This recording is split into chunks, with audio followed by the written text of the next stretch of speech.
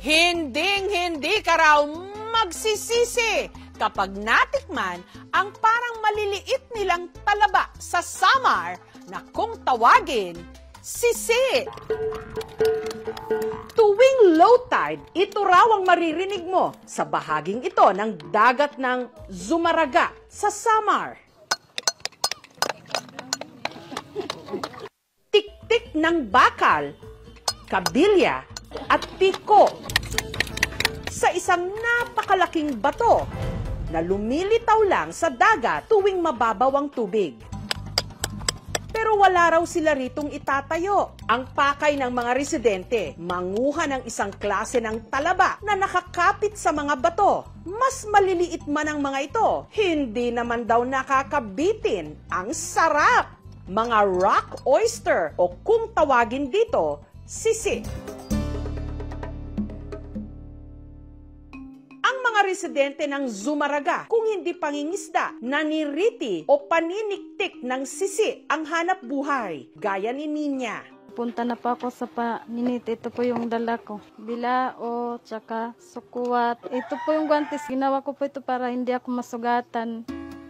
Dahil halos 4 na kilometro rin daw ang layo ng bato mula sa dalampasigan, si Ninya nagbaon na ng kanin. Para pag nagugutom ako, may kakainin ako doon. Walang pambiling ulam, doon na lang ako mag-ano ng sisi, magkikilaw.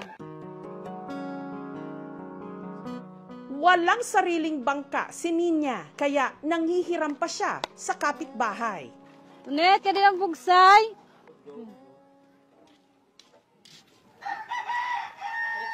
Narina nga din na. Malakat na kita. Opo.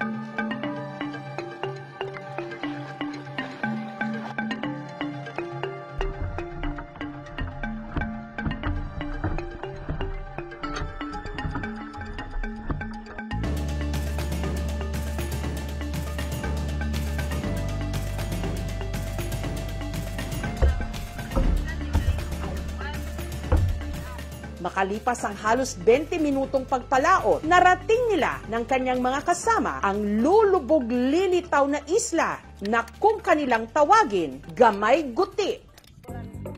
Sunod na silang naghanap ng pwesto.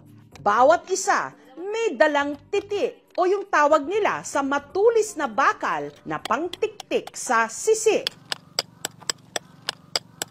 Habang ang iba gumagamit ng duklat o kahoy o bakal na parang panungkit. Hirap, susugatan ka. Naano ko lang ng dagat, binabanlawan. Kahit determinasyon kayo makakuha makarami para may pambili kami ng bigas. Kahit buntis, naniniktik pa rin para magkapera. Nag-iipon po ako para po sa panganganak ko. Dahil abala sa pagtitiktik sa bato, hindi na nila namalaya ng oras.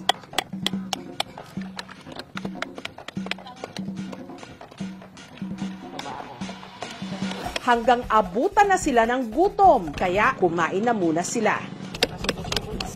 Kasi ito yung lang inuulam namin. Fresh naman to. Manamis-tamis ang laman, lalo na pag mataba siya. Ganito kataba. Para po siyang nyog pero medyo maalad-alad. Pagkatapos, naniktik ulit sila ng bato. Makalipas ang halos 3 oras, kota na!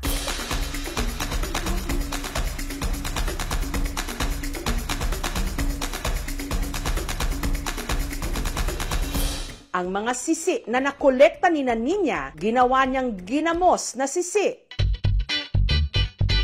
Hinugasan niya muna ito ng 5 beses. Tatanggalin po yun natin yung natitirang shell. Sasalain po natin para mawala yung tubig.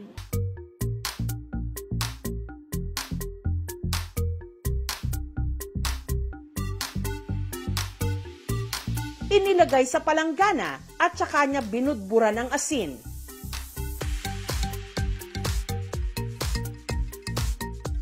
Ibabad ng 3 to 4 days po para maano yung asin niya, matunaw po. Maluto yung sisi para maganda po ilagay sa bote.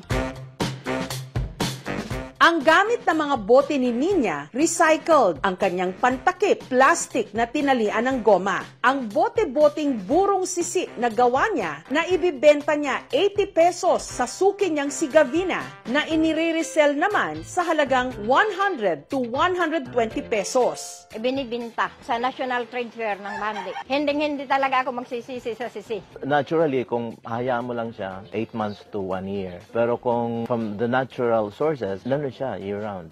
Kapag high tide naman daw, pahirapan ang pag-harvest ng sisi. Kaya ang LGU o Local Government Unit ng Yabog nakaisip ng paraan para may makuha pa rin ang mga maniniktik. Maglalagay kami ng mga artificial concrete siya kung saan kakapit yung mga sisi. Kahit high tide, pwede lang kunin yun at mag-harvest.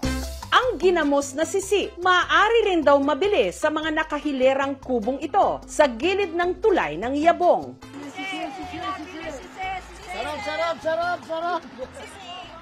Madalas hanapin is yung sisipong ginamos. Araw-araw may supply. Ang ginamos na sisi, suka at kalamansi lang ang katapat. Talo-talo na. Medyo maalat at saka maasim. Masarap po siya sa usaw sa saging. Malambot, natutunaw sa lalamunan. May iilang sisi rin na nakukuha sa mababatong bahagi ng dalampasigan, katulad ng mga nakukolekta ni Gudelia. Wala kaming ulam, dito po kami nanguha ng pang-ulam na sisi.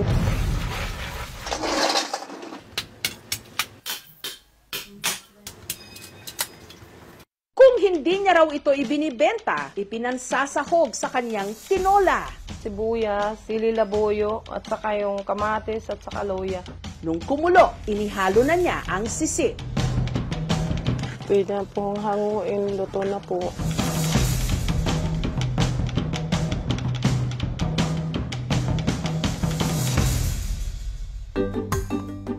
Kakaiba siya kasi hindi siya simpleng tinola, malinamnam siya. Masarap din daw itong gawing kinilaw. Yummy. Sarap. Malasap mo talaga yung laman niya. Ayos. Ito po ay rich din sa vitamin B12, iron, zinc, and omega-3 fatty acids na nakakatulong po sa ating blood, heart, and brain function. Dapat po nating tandaan na maging cautious po sa way of cooking po nito at kung saan po natin ito sinusource out. Mga sis, huwag ismulin ang sisi. Dahil sa sarap nito, hinding-hindi ka raw magsisisi.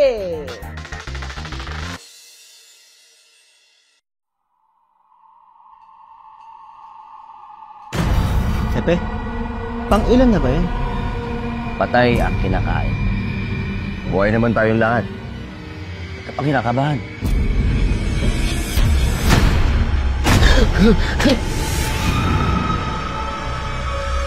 Huwag mong kalimutan. Yan ang gustong mangyari ng kalaban.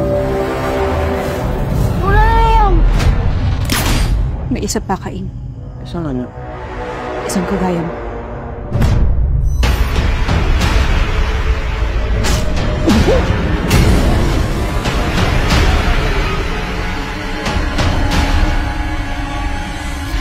Kapag nagpapakita daw si Pochong, may mamamatay.